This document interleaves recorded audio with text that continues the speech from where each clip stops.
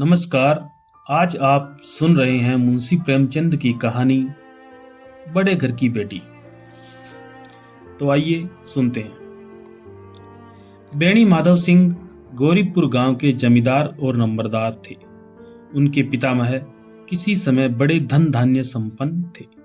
गांव का पक्का तालाब और मंदिर, जिनकी अब मरम्मत भी मुश्किल थी, उन्हीं की कीर्ति स्तंभ थे।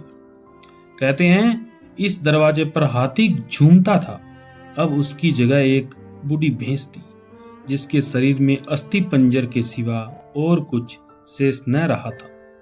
पर दूध शायद बहुत देती थी, क्योंकि एक न एक आदमी हांडी लिए उसके सिर पर सवार ही रहता था। बेणी माधव सिंह अपनी आधी से अधिक संपत्ति वकीलों को भेंट कर चुके थे। उनकी वर्तमान आय 1000 रुपए वार्षिक से अधिक न थी। ठाकुर साहब के 2 बेटे थे। बड़े का नाम श्रीकांत सिंह था। उसके बहुत दिनों के परिश्रम और उद्योग के बाद बीए की डिग्री प्राप्त की थी। अब एक दफ्तर में नौकर था। छोटा लड़का लाल बिहारी सिंह दोहरे बदन का सजीला जवान था। भरा हुआ मुखड़ा, चौड़ी छाती। भैंस का 2 सेर ताजा दूध वह उठकर सवेरे पी जाता था। श्रीकंठ सिंह की दशा बिल्कुल विपरीत थी। इन नेत्र प्रिय गुणों को उन्होंने बीए इन्हीं 2 अक्षरों पर न्योछावर कर दिया था। इन 2 अक्षरों ने उनके शरीर को निर्बल और चेहरे को कांतिहीन बना दिया था। इसी से वैद्यक ग्रंथों पर उनका विशेष प्रेम था। आयुर्वेदिक औषधियों पर उनका अधिक विश्वास था।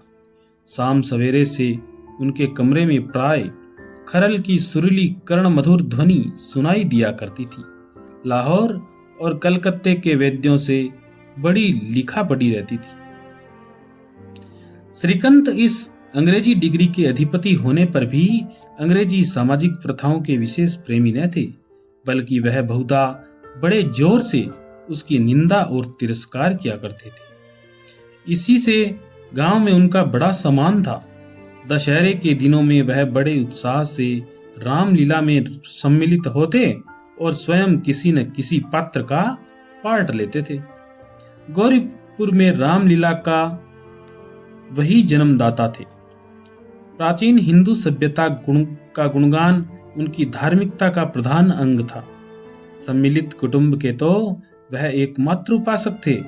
आजकल स्त्रियों को कुटुंब में मिलजुल कर रहने की जो अरुचि होती है, उसे वह जाति और देश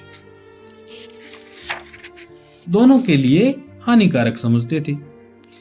यही कारण था कि गांव की ललनाएं उनकी निंदक थी। कोई कोई तो उन्हें अपना स्त्रु समझने में भी संकोच न करती थी। स्वयं उनकी पत्नी को ही इस विषय में उनसे विरोध था। यह इसलिए नहीं कि उसे अपने सास ससुर, देवर या जेठ आदि से घृणा थी, बल्कि उसका विचार था कि यदि बहुत कुछ सहने और तरह देने पर भी परिवार के साथ निर्वाह न हो सके, तो आए दिन की कलह से जीवन को नष्ट करने की अपेक्षा यही उत्तम है कि अपनी खिचड़ी अलग पकाई जाए। आनंदी एक बड़े उच्च कुल की लड़की थी। उसके बाप एक छोटी सी रियासत के तालुकेदार थे। विशाल भवन, एक हाथी, 3 कुत्ते, बाज, बहरी सिकरे, झाड़ फानूस, ऑनरेरी मजिस्ट्रेटरी और ऋण, जो एक प्रतिष्ठित तालुकेदार के भोग्य पदार्थ है, सभी यहाँ विद्यमान थे। नाम था भूप सिंह। बड़े उदारचित्त और प्रतिभाशाली पुरुष थे, पर दुर्भाग्य से लड़का एक भी न था। 7 लड़कियां हुई और देवयोग से सब की सब जीवित रही। पहली उमंग में तो उन्होंने 3 ब्याह दिल खोल कर दिए, पर 15-20 हजार रुपयों का कर्ज सिर पर हो गया तो आंखें खुली, हाथ समेट लिया। आनंदी चौथी लड़की थी। वह अपनी सब बहनों से अधिक रूपवती और गुणवती थी। इससे ठाकुर भूप सिंह उसे बहुत प्यार करते थे। सुंदर संतान को कदाचित उसके माता पिता भी अधिक चाहते हैं। ठाकुर साहब बड़े धर्म संकट में थे कि इसका विवाह कहाँ करे। न तो यही चाहते थे कि ऋण का बोझा बढ़े, और न यही स्वीकार था कि उसे अपने को भाग्यहीन समझना पड़े। एक दिन श्रीकांत उनके पास किसी चंदे का रुपया मांगने आए। शायद नागरी प्रचार का चंदा था। भूप सिंह उनके स्वभाव पर रीझ गए और धूमधाम से श्रीकंठ सिंह का आनंदी के साथ ब्याह हो गया। आनंदी अपने नए घर में आई तो यहाँ का रंग ढंग कुछ और ही देखा। जिस टिमटाम की उसे बचपन से ही आदत पड़ी हुई थी, वह यहाँ नाम मात्र को भी न थी। हाथी घोड़ों का तो कहना ही क्या, कोई सजी हुई सुंदर बहली तक न थी। रेशमी स्लीपर साथ लाई थी, पर यहाँ बाग कहाँ। मकान में खिड़कियां तक न थी, न जमीन पर फर्श, न दीवार पर तस्वीरें। यह एक सीधा साधा देहाती गृहस्थ का मकान था, किंतु आनंदी ने थोड़े ही दिनों में अपने को इस नई अवस्था के ऐसा अनुकूल बना लिया मानो उसने विलास के सामान कभी देखे ही ना थे। एक दिन दोपहर के समय लाल बिहारी सिंह 2 चिड़िया लिए हुए आया और भावत से बोला, जल्दी से पका दो, मुझे भूख लगी है। आनंदी भोजन बनाकर उसकी राह देख रही थी। अब वह नया व्यंजन बनाने बैठी। हांडी में देखा तो घी पाव भर से अधिक न था। बड़े घर की बेटी किफायत क्या जाने, उसने सब घी मांस में डाल दिया। लाल बिहारी खाने बैठा तो दाल में घी न था। बोला, दाल में घी क्यों नहीं हो छोड़ा? आनंदी ने कहा, घी सब मांस में पड़ गया। लाल बिहारी जोर से बोला, अभी परसों घी आया है, इतना जल्द उठ गया? आनंदी ने उत्तर दिया, आज तो कुल पाव भर रहा होगा, वह सब मैंने मांस में डाल दिया। जिस तरह सूखी लकड़ी जल्दी से जल उठती है, उसी तरह क्षुधा से बावला मनुष्य जरा जरा सी बात पर तिनक जाता है।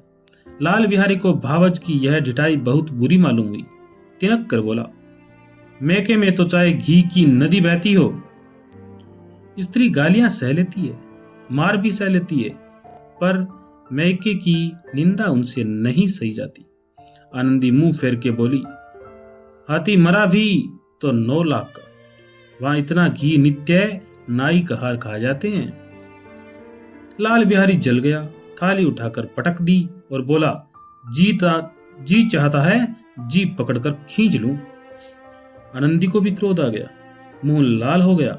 बोली, वह होते तो आज इसका मजा चखाते।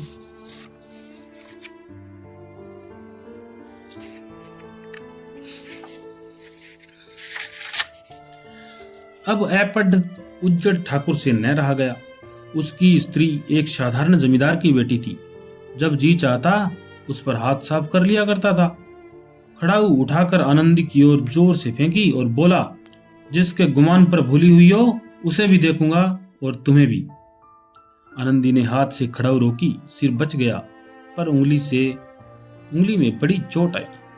क्रोध के मारे हवा से हिलते पत्ते की भांति कांपती हुई अपने कमरे में आकर खड़ी हो गई। स्त्री का बल और साहस, मान और मर्यादा पति तक है। उसे अपनी पति के ही बल और पुरुषत्व का घमंड होता है। आनंदी खून का घूंट पीकर रह गई। श्रीकंठ सिंह शनिवार को घर आया करते थे। बृहस्पति को यह घटना हुई थी। 2 दिन तक आनंदी को भवन में रही, न कुछ खाया न पिया, उनकी बाट देखती रही। अंत में शनिवार को वह नियमानुकूल संध्या समय घर आए और बाहर बैठकर कुछ इधर उधर की बातें, कुछ देश काल संबंधी समाचार तथा कुछ नए मुकदमों आदि की चर्चा करने लगे। यह वार्तालाप 10 बजे रात तक होता रहा। गांव के भद्र पुरुषों को इन बातों में ऐसा आनंद मिलता था कि खाने पीने की भी सुधि न रहती थी। श्रीकंठ को पिंड छुड़ाना मुश्किल हो जाता था। ये 2-3 घंटे आनंदी के बड़े कष्ट से काटे। इसी तरह भोजन का समय आया, पंचायत उठी, एकांत हुआ तो लाल बिहारी ने कहा, भैया आप जरा भाभी को समझा दीजिएगा कि मुंह संभाल कर बातचीत किया करे, नहीं तो एक दिन अनर्थ हो जाएगा। बेनी माधव सिंह ने बेटे की ओर साक्षी दी, हाँ, बहू बेटियों का यह स्वभाव अच्छा नहीं कि मर्दों के मुंह लगे। लाल बिहारी बोला, वह बड़े घर की बेटी है तो हम भी कोई कुर्सी कहार नहीं। श्रीकंठ ने चिंतित स्वर में पूछा, आखिर बात क्या हुई? लाल बिहारी ने कहा, कुछ भी नहीं, यूं ही आप उलझ पड़ी। मेके के सामने हम लोगों को कुछ समझती ही नहीं। श्रीकंठ खा पीकर आनंदी के पास गई। वह भरी बैठी थी।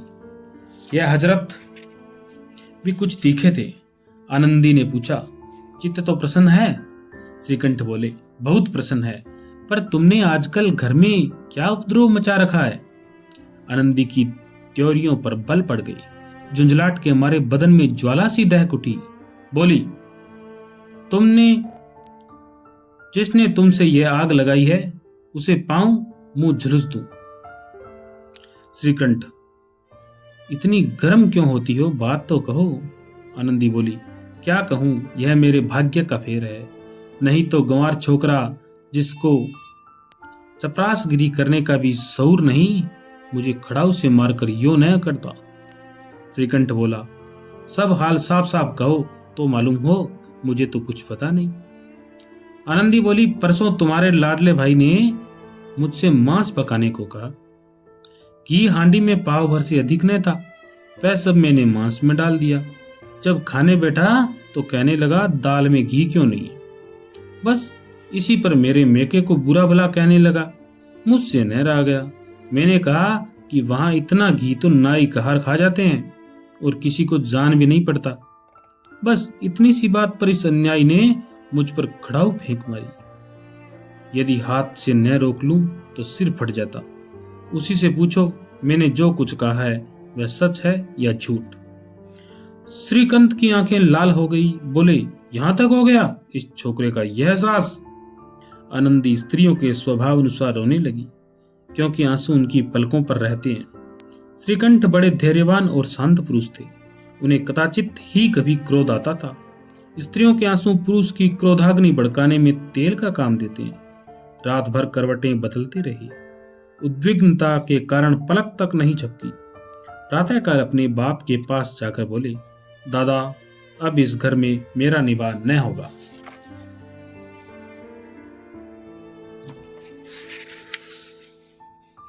इस तरह की विद्रोहपूर्ण बातें करने पर श्रीकंठ ने कितनी ही बार अपने कई मित्रों का आड़े हाथों लिया था, परंतु दुर्भाग्य आज उन्हें स्वयं वे ही बातें अपने मुंह से कहनी पड़ी। दूसरों को उपदेश देना भी कितना सहज है। बेणी माधव सिंह घबरा उठे और बोले, क्यों? श्रीकंठ बोले, इसलिए कि मुझे भी अपनी मान प्रतिष्ठा का कुछ विचार है। आपके घर में अब अन्याय और हट का प्रकोप हो रहा है। जिनको बड़ों का आदर सम्मान करना चाहिए वे उनके सिर चढ़ते हैं। मैं दूसरे का नौकर ठहरा, घर पर रहता नहीं। यहाँ मेरे पीछे स्त्रियों पर खड़ाऊ और जूतों की बौछारें होती है। कड़ी बात तक चिंता नहीं, कोई एक की दो कह ले, वहां तक तो सह सकता हूं, किंतु यह कदापि नहीं हो सकता कि मेरे ऊपर लात घुसे पड़े और मैं दम न मारूं। बेणी माधव सिंह कुछ जवाब न दे सके। श्रीकंठ सदैव उनका आदर करते थे। उनके ऐसे तेवर देखकर बूढ़ा ठाकुर अवाक रह गया। केवल इतना ही बोला, बेटा, तुम बुद्धिमान होकर ऐसी बातें करते हो। स्त्रियां इस तरह घर का नाश कर देती है। उनको बहुत सिर चढ़ाना अच्छा नहीं। श्रीकंठ बोला, इतना मैं जानता हूं, आपके आशीर्वाद से ऐसा मूर्ख नहीं हूं। आप स्वयं जानते हैं कि मेरे ही समझाने बुझाने से इसी गांव में कई घर संभल गए। पर जिस स्त्री का मान प्रतिष्ठा का ईश्वर के दरबार में उत्तरदाता हूं, उसके प्रति ऐसा घोर अन्याय और पशुवत व्यवहार मुझे असह्य है। आप सच मानिए, मेरे लिए यही कुछ कम नहीं है कि लाल बिहारी को कुछ दंड नहीं देता। अब बेणी माधव सिंह भी गरमाए, ऐसी बातें और न सुन सके। बोले, लाल बिहारी तुम्हारा भाई है, उससे जब कभी भूल चूक हो उसके कान पकड़ो। लेकिन श्रीकंठ बोला, लाल बिहारी को मैं अब अपना भाई नहीं समझता। बेणी माधव सिंह, स्त्री के पीछे? श्रीकंठ बोला, जी नहीं, उसकी क्रूरता और अविवेक के कारण। दोनों कुछ देर चुप रहे। ठाकुर साहब लड़के का क्रोध शांत करना चाहते थे, लेकिन यह नहीं स्वीकार करना चाहते थे कि लाल बिहारी ने कोई अनुचित काम किया है। इसी बीच में गांव के और कई सज्जन हुक्के चिलम के बहाने वहां आ बैठे। कई स्त्रियों ने जब यह सुना कि श्रीकंठ पत्नी के पीछे पिता से लड़ने को तैयार है तो उन्हें बड़ा हर्ष हुआ। दोनों पक्षों की मधुर वाणियां सुनने के लिए उनकी आत्माएं तिल मिलाने लगी। गांव में कुछ ऐसे कुटिल मनुष्य भी थे जो स्कूल की नीतिपूर्ण गति पर मन ही मन जलते थे। वे कहा करते थे, श्रीकंठ अपने बाप से दबता है इसलिए वह दब्बू है, उसने विद्या पढ़ी इसलिए वह किताबों का कीड़ा है। बेणी माधव सिंह उसकी सलाह के बिना कोई काम नहीं करते, यह उनकी मूर्खता है। इन महानुभावों की शुभकामनाएं आज पूरी होती दिखाई दी। कोई हुक्का पीने के बहाने और कोई लगान की रसीद दिखाने आकर बैठ गया। बेणी माधव सिंह पुराने आदमी थे, इन भावों को ताड़ गए। उन्होंने निश्चय किया, चाहे कुछ ही क्यों न हो, इन द्रोहियों को ताली बजाने का अवसर नहीं दूंगा।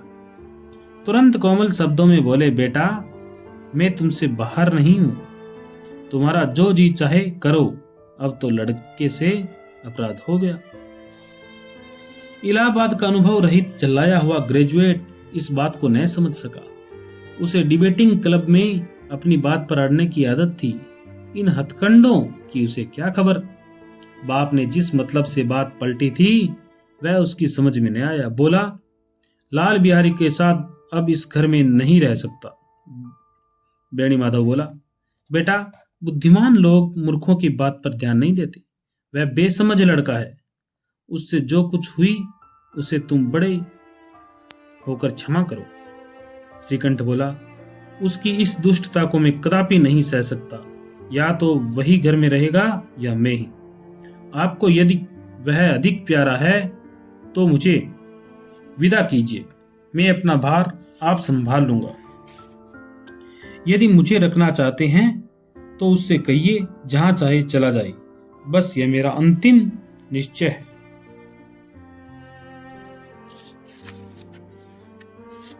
लाल बिहारी सिंह दरवाजे की चौखट पर चुपचाप खड़ा बड़े भाई की बातें सुन रहा था। वह उनका बहुत आदर करता था। उसे कभी इतना साहस न हुआ था कि श्रीकंठ के सामने चारपाई पर बैठ जाए, हुक्का पी ले या पान खा ले। बाप का भी वह इतना मान न करता था। श्रीकंठ का भी उस पर हार्दिक स्नेह था। अपने होश में उन्होंने कभी उससे घुड़का तक न था।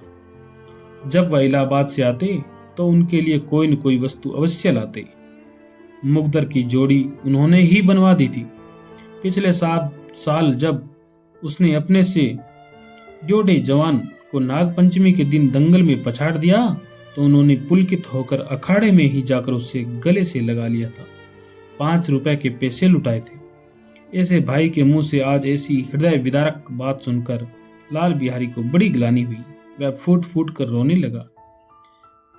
उसमें संदेह नहीं कि अपने किए हुए पर पछता रहा था। भाई के आने से एक दिन पहले से उसकी छाती धड़कती थी कि देखूं भैया क्या कहते हैं, मैं उनके सम्मुख कैसे जाऊंगा, उनसे कैसे बोलूंगा, मेरी आंखें उनके सामने कैसे उठेगी। उसने समझा था कि भैया मुझे बुलाकर समझा देंगे। इस आशा के विपरीत आज उसने उन्हें निर्दयता की मूर्ति बने हुए पाया। वह मूर्ख था, परंतु उसका मन कहता था कि भैया मेरे साथ अन्याय कर रहे हैं। यदि श्रीकंठ उसे अकेले में बुलाकर 2-4 बातें कह देते, इतना ही नहीं 2-4 तमाचे भी लगा देते, तो कदाचित उसे इतना दुख न होता। पर भाई का यह कहना कि अब मैं उसकी सूरत नहीं देखना चाहता, लाल बिहारी से सहा न गया। वह रोता हुआ घर आया, कोठरी में जाकर कपड़े पहने, आंखें पोंछी, जिसमें कोई यह न समझे कि रोता था। तब आनंदी के द्वार पर आकर बोला, भाभी, भैया ने निश्चय किया है कि वह मेरे साथ इस घर में न रहेंगे। अब वह मेरा मुंह नहीं देखना चाहते, इसलिए अब मैं जाता हूँ, उन्हें फिर मुंह न दिखलाऊंगा। मुझसे जो कुछ अपराध हुआ उसे क्षमा करना। यह कहते कहते लाल बिहारी का गला भर आया। जिस समय लाल बिहारी सिंह सिर झुकाए आनंदी के द्वार पर खड़ा था, उसी समय श्रीकंठ सिंह भी आंखें लाल किए बाहर से आए। भाई को खड़ा देखा तो घृणा से आंखें फेर ली और कतरातर कर निकल गए, मानो उसकी परछाई से दूर भागते हो। आनंदी ने लाल बिहारी की शिकायत तो की थी, लेकिन अब मन में पछता रही थी। वह स्वभाव से ही दयावती थी। उसे इसका तनिक भी ध्यान न था कि बात इतनी बढ़ जाएगी। वह मन में अपने पति पर झुंझला रही थी कि यह इतने गर्म क्यों होते हैं। उस पर यह भय भी लगा हुआ था कि कहीं मुझसे इलाहाबाद चलने को कहे तो कैसे क्या करूंगी। इस बीच में जब उन्होंने लाल बिहारी को दरवाजे पर खड़े यह कहते सुना कि अब मैं जाता हूं, मुझसे जो कुछ अपराध हुआ क्षमा करना, तो उसका रहा सा क्रोध भी पानी हो गया। वह रोने लगी। मन का मेल धोने के लिए नयन जल से उपयुक्त और कोई वस्तु नहीं है। श्रीकंठ को देखकर आनंदी ने कहा, लाला बाहर खड़े बहुत रो रहे हैं। श्रीकंठ बोला, तो मैं क्या करूं? आनंदी बोली, भीतर बुला लो, मेरी जीभ में आग लगे, मैंने कहां से यह झगड़ा उठाया। श्रीकंठ बोला, मैं न बुलाऊंगा। आनंदी ने कहा, पछताओगे, उन्हें बहुत ग्लानि हो गई है, ऐसा न हो कहीं चल दे। श्रीकंठ न उठे। इतने में लाल बिहारी ने फिर कहा, भाभी भैया से मेरा प्रणाम कह दो, वह मेरा मुंह नहीं देखना चाहते, इसलिए मैं भी उनका मुंह उन्हें न दिखलाऊंगा। लाल बिहारी इतना कहकर लौट पड़ा और शीघ्रता से दरवाजे की ओर बढ़ा।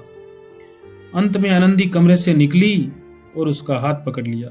लाल बिहारी ने पीछे फिरकर देखा और आंखों में आंसू भरे बोला, मुझे जाने दो। आनंदी ने कहा, कहां जाते हो? लाल बिहारी बोला, जहां कोई मेरा मुंह न देखे। आनंदी, मैं न जाने दूंगी। लाल बिहारी ने कहा, मैं तुम लोगों के साथ रहने योग्य नहीं हूं। आनंदी बोली, तुम्हें मेरी सौगंध, अब एक पग भी आगे न बढ़ना। लाल बिहारी ने कहा, जब तक मुझे यह न मालूम हो जाए कि भैया का मन मेरी तरफ से साफ हो गया, तब तक मैं इस घर में कदापि न रहूंगा। आनंदी ने कहा, मैं ईश्वर को साक्षी देकर कहती हूं कि तुम्हारी ओर से मेरे मन में तनिक भी मेल नहीं है। अब श्रीकंठ का हृदय पिघल गया। उन्होंने बाहर आकर लाल बिहारी को गले लगा लिया। दोनों भाई खूब फूट फूट कर रोए। लाल बिहारी ने सिसकते हुए कहा, भैया अब कभी मत कहना कि मैं तुम्हारा मुंह न देखूंगा। इसके सिवा आप जो दंड देंगे मैं सहर्ष स्वीकार करूंगा। श्रीकंठ ने कांपते हुए स्वर से कहा, लल्लू इन बातों को बिल्कुल भूल जाओ, ईश्वर चाहेगा तो फिर ऐसा अवसर नहीं देगा। बेणी माधव सिंह बाजार से आ रहे थे। दोनों भाइयों को गले मिलते देखकर आनंद से पुलकित हो उठे, बोल उठे, बड़े घर की बेटियां ऐसी ही होती है, बिगड़ता हुआ काम बना लेती है। गांव में जिसने यह वृतांत सुना उसी ने इन शब्दों में आनंदी की उदारता को सराहा, बड़े घर की बेटियां ऐसी ही होती है।